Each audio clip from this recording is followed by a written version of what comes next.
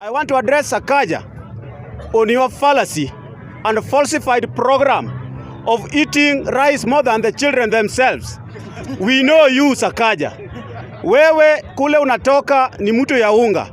Umeangalia ofisi umepata imekauka.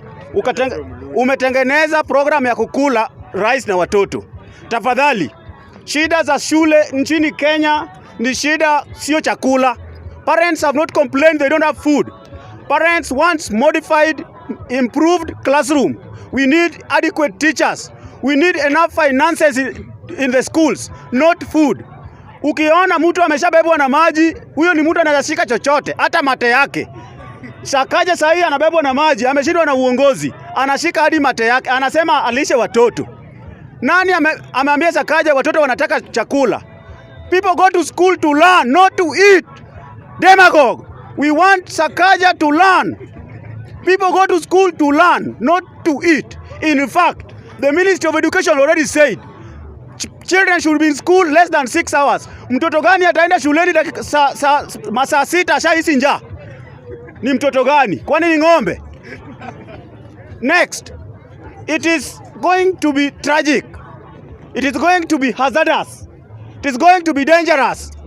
It is going to be calendulocratic to think that Baba cannot be on the ballot. Baba must be on the ballot.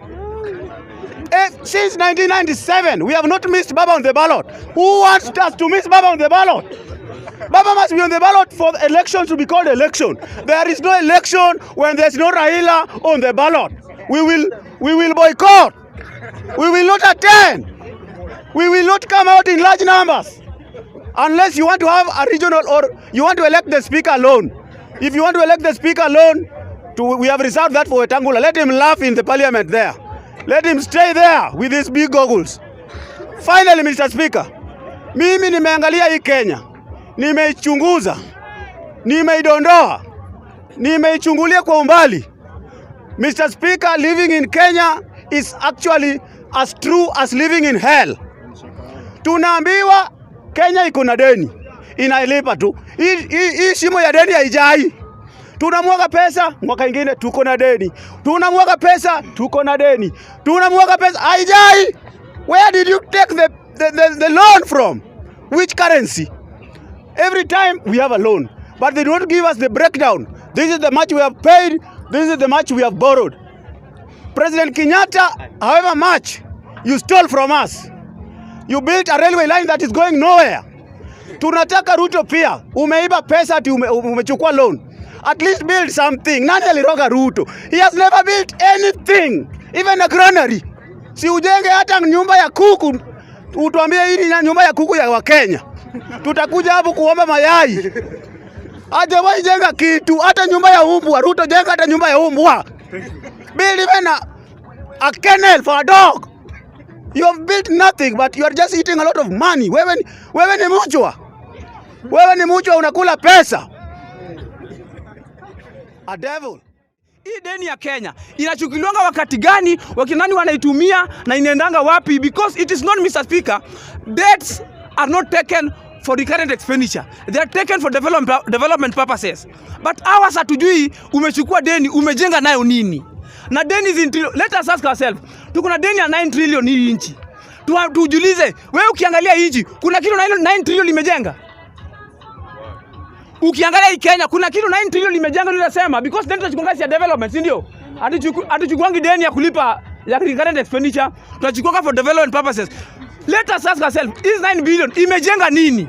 Wewe umetembea Kenya, Moyale wapi mpaka Omabei mpaka Mumias mpaka Busia, umeona 9 trillion imejenga nini? Thank you. Mr. Speaker, nikisummarize, Mr. Speaker. Feeding program, Mr. Speaker, nikisummarize feeding program.